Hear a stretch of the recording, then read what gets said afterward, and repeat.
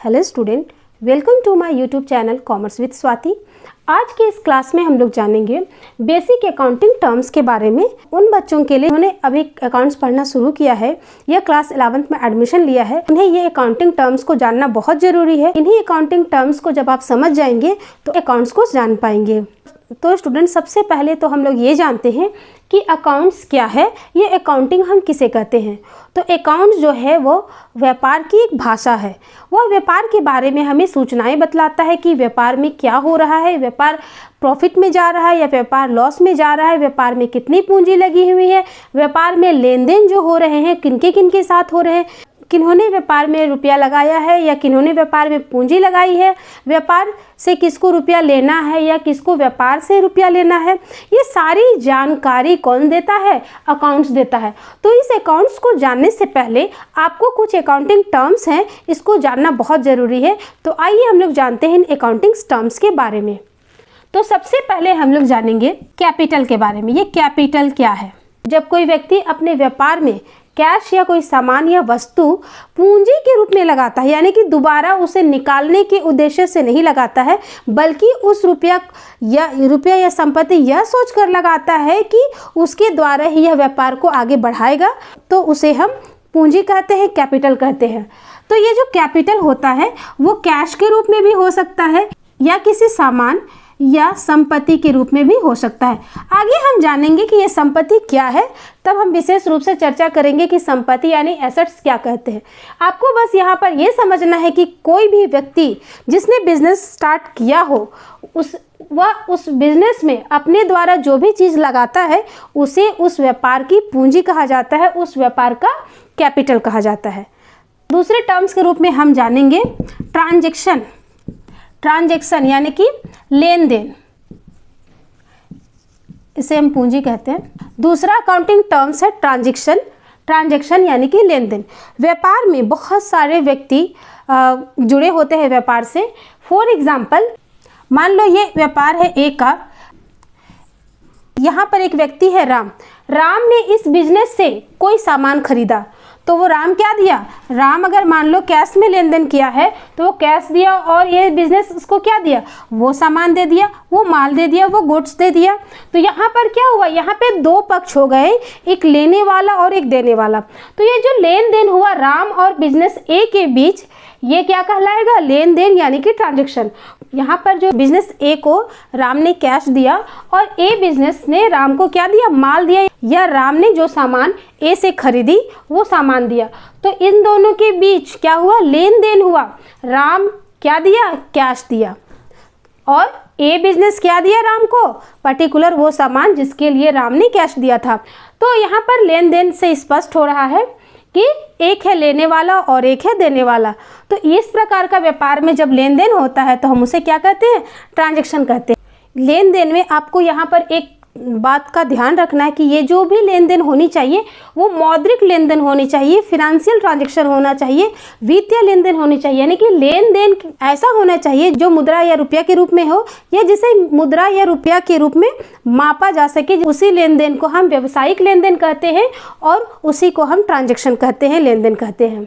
तीसरे टर्म्स के रूप में हम जानेंगे एसेट्स के बारे में। एसेट्स क्या है? पहले तो हम ये जानते हैं कि ये जो एसेट्स है वो है क्या। एसेट्स को हम क्या बोलते हैं हिंदी में? इसको हम लोग संपत्ति बोलते हैं। तो संपत्ति नाम से ही पता चल रहा है कि संपत्ति हम वैसी वस्तुओं को कहते हैं जिसको पुनः बेचने के उद्देश्य से नहीं खरीदा गया हो, बल्कि इस उद्देश्य से खरीदा गया हो कि इन संपत्तियों का प्रयोग करके कोई व्यवसायी अपने व्यवसाय का संचालन करेगा, या उन संपत्तियों का प्रयोग करके वह अपने व्यवसाय से लाभ कमाएगा। तो बच्चों, आप इतना समझ सकते हैं कि संपत्तियां वे साधन होते हैं जिसका प्रयोग करके कोई व्यवसायी अपने व्यवसाय में लाभ कमाता है, जिन वस्तुओं का क्रय बिक्री के उद्देश्य से नहीं करके बल्कि व्यापार में प्रयोग करके या व्यापार के संचालन करने के उद्देश्य से क्रय की जाती या खरीदी जाती है, वैसी वस्तुओं को संपत्ति कहा जाता है।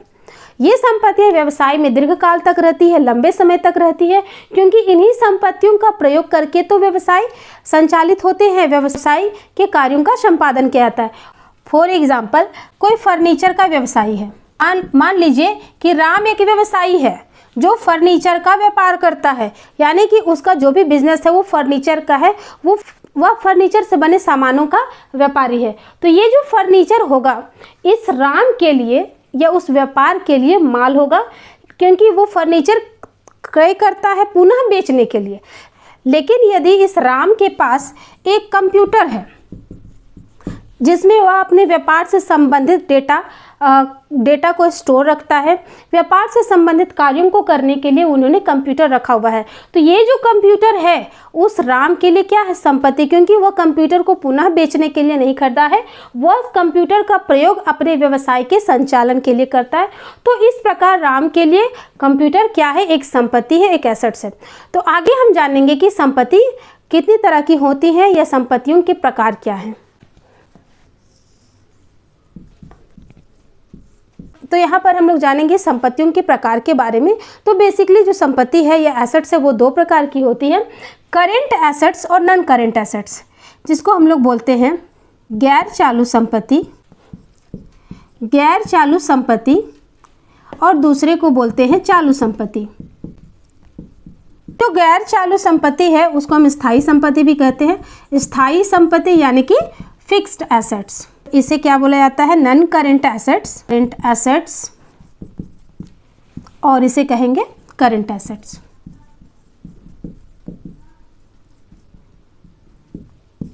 पहले तो ये जान ले कि गैर चालू संपत्ति या स्थायी संपत्ति क्या है और चालू संपत्ति क्या है। तो गैर चालू संपत्ति से आशय उन संपत्तियों से है जिसे व्यवसाय में पुनः बिक्री के उद्देश्य से नहीं खरीदी गई है, जो व्यवसाय में दीर्घ काल तक रहेगा, लंबे समय तक रहेगा। और लंबे समय का अर्थ आप हमेशा 1 साल से ऊपर को जानेंगे। तो ये जो गैर चालू संपत्तियां या स्थायी संपत्तियां हैं वे ऐसी संपत्तियां हैं जो व्यवसाय में लंबे समय तक रहेंगी और जिनका क्रय पुनः बिक्री करने के उद्देश्य से नहीं किया गया है, बल्कि इन संपत्तियों का प्रयोग व्यवसाय के संचालन के लिए किया जाता है। इन संपत्तियों का प्रयोग करके ही कोई व्यवसायी अपने व्यवसाय का सफलतापूर्वक संचालन करते हैं। तो ये स्थायी संपत्तियां या नॉन करेंट एसेट्स क्या है? वैसी संपत्तियां जो व्यवसाय में दीर्घ काल तक रहती हैं, यानी कि जिनकी अवधि 1 साल से ज़्यादा होती है। लेकिन अगर हम चालू संपत्ति की बात करें, करेंट एसेट्स की बात करें, तो ये वे संपत्तियां हैं जो व्यवसाय में पुनः बिक्री के उद्देश्य से नहीं खरीदी गई हैं, लेकिन इनका जो अवधि होता है वो अल्पकाल होता है, यानी कि 12 महीने या उससे कम की होती है। चालू संपत्तियों में उन संपत्तियों को शामिल किया जाता है जिसे 12 महीने या उससे कम अवधि में रोकड़ में परिवर्तित कर दिया जाए, तो वैसी संपत्तियां चालू संपत्तियां कहलाती है। तो बच्चों आप इन दोनों में एक बेसिक डिफरेंस देखे होंगे कि इनकी जो अवधि होती है वो लंबी होती है, दीर्घ काल तक होती है ना, 1 साल से ज़्यादा होती है, और इसकी जो अवधि है वो 12 महीने या उससे कम होती है। ये संपत्ति व्यवसाय में दीर्घकाल तक होती है और ये संपत्ति व्यवसाय में अल्पकाल तक होती है। गैर चालू संपत्ति के एग्जाम्पल के रूप में अगर हम ले तो बिल्डिंग, मशीन, फर्नीचर, ये सारी जो संपत्तियां हैं वो स्थायी संपत्ति के में शामिल की जाती हैं। और अगर चालू संपत्ति की बात करें तो चालू संपत्ति में cash, bank, debtor, bills receivable, तो कुछ चालू संपत्तियां हैं जैसे cash, bank, debtor, bills receivable, इनके बारे में पढ़ेंगे तब आपको ये ज़्यादा समझ में आ जाएगा। बस आपको अभी ये जानना है कि संपत्तियां 2 प्रकार की होती है, एक नॉन करेंट एसेट्स होता है और दूसरा करेंट एसेट होता है। नॉन करेंट एसेट्स को हम लोग फिक्स एसेट्स भी बोलते हैं, जिसकी अवधि दीर्घकाल होती है, 1 साल से ज़्यादा होती है, लंबे समय तक के लिए व्यवसाय में रखी जाती है, और जिनमें बिल्डिंग, मशीन, फर्नीचर ऐसी बड़ी बड़ी संपत्तियां इसके अंतर्गत शामिल की जाती हैं। अगर हम चालू संपत्ति की बात करें तो चालू संपत्तियां वैसी संपत्तियां हैं जिनकी अवधि 12 महीने या उससे कम की होती है। इसका अर्थ यह हुआ कि वे संपत्तियां जिन्हें 12 महीने या उससे कम अवधि में कैश में परिवर्तित कर दी जाए, उन संपत्तियों को चालू संपत्ति कहा जाता है, जिसमें cash, bank, debtor, bills receivable आदि को शामिल किया जाता है। तो अभी आपको इनके बारे में जानकारी नहीं है, जब हम लोग बिल्स रिसीवेबल या डेटर के बारे में पढ़ेंगे तब आपको ज़्यादा क्लियर हो जाएगा कि बिल्स रिसीवेबल किसको बोलते हैं, डेटर किसको बोलते हैं, वहाँ पे आपको ये टर्म्स क्लियर हो जाएंगे। आगे हम देखेंगे कि यहाँ पर जो संपत्ति को हम लोग 2 टाइप्स में बांटे हैं, ठीक उसी तरह नॉन करेंट एसेट्स को भी 2 भागों में बांटा गया है। एक होता है मूर्त संपत्ति, एक मूर्त संपत्तियाँ, और दूसरी इसी तरह गैर चालू संपत्ति यानी कि फिक्स एसेट्स भी दो प्रकार के होते हैं। एक होता है मूर्त संपत्ति और दूसरा होता है अमूर्त संपत्ति, यानी कि टेंजिबल एसेट्स और इनटेंजिबल एसेट। ऐसी संपत्तियां जिसको हम टच कर सकते हैं, जिनका कोई भौतिक आकार प्रकार होता है, जिनका कोई फिजिकल डायग्राम होता है, वैसी संपत्तियों को मूर्त संपत्ति या टेंजिबल संपत्ति कहा जाता है। और जिन संपत्तियों को हम टच नहीं कर सकते हैं, जिनका कोई भौतिक आकार प्रकार फिजिकल डायग्राम नहीं होता है, जिनका कोई मूर्त रूप नहीं होता, वैसी संपत्तियों को अमूर्त संपत्तियां यानी कि इनटेंजिबल एसेट्स कहते हैं। अब टेंजिबल एसेट्स में क्या क्या हो सकते हैं? तो टेंजिबल एसेट्स में ये सारे टेंजिबल हैं। हम बिल्डिंग को टच कर सकते हैं, है ना, बिल्डिंग को टच कर सकते हैं, फर्नीचर को टच कर सकते हैं, मशीन को टच कर सकती है, यानी कि वैसे सारी संपत्तियां जिसको हम टच कर सकते हैं, जिसका आकार प्रकार होता है, सारे टेंजिबल एसेट्स के अंतर्गत आएंगे। और इनटेंजिबल एसेट्स के अंतर्गत हम लोग शामिल करते हैं जैसे गुडविल। आगे हम गुडविल के बारे में जानेंगे कि गुडविल क्या है। गुडविल, पेटेंट, कॉपीराइट, ऐसे कुछ एसेट्स हैं जिसे हम लोग इनटेंजिबल एसेट्स के रूप में जानते हैं। इसी प्रकार चालू संपत्ति यानी कि करंट एसेट्स का भी एक प्रकार है जिसे कहा जाता है तरल संपत्ति यानी कि लिक्विड एसेट। तो लिक्विड एसेट्स किसको कहते हैं? लिक्विड एसेट्स वे एसेट्स हैं जिसे शीघ्र ही नकद के रूप में परिवर्तित कर दिया जाता है। हम करंट एसेट्स में देखे थे कि जिनकी अवधि 1 साल होती है, 1 साल के अंदर जिसको 1 साल के अंदर कैश में परिवर्तित कर दिया जाता है। लेकिन अगर लिक्विड एसेट्स की बात करें तो वैसी संपत्तियां जिन्हें शीघ्र ही कैश के रूप में परिवर्तित कर दिया जाए वो क्या कहलाती है? तरल संपत्तियां कहलाती है। तो इस प्रकार एसेट्स के बारे में हम लोगों ने जाना कि संपत्तियां क्या है। संपत्तियां वैसी वस्तुएं हैं जिनका व्यवसायी पुनः बिक्री करने के उद्देश्य से नहीं खरीदते हैं, बल्कि उसका प्रयोग व्यवसाय के संचालन में किया जाता है और उनका प्रयोग करके व्यवसाय में दीर्घकाल तक लाभ कमाते हैं। संपत्तियां जो है 2 प्रकार की होती है, नॉन करेंट एसेट्स और current assets. Non current assets वैसी संपत्तियां हैं जो लंबे समय तक व्यवसाय में रहती है। For example building, machine, furniture, ये जो है ये कोई भी व्यवसायी इसे बार बार नहीं खरीदता है, ये लंबे समय तक व्यवसाय में रहती है।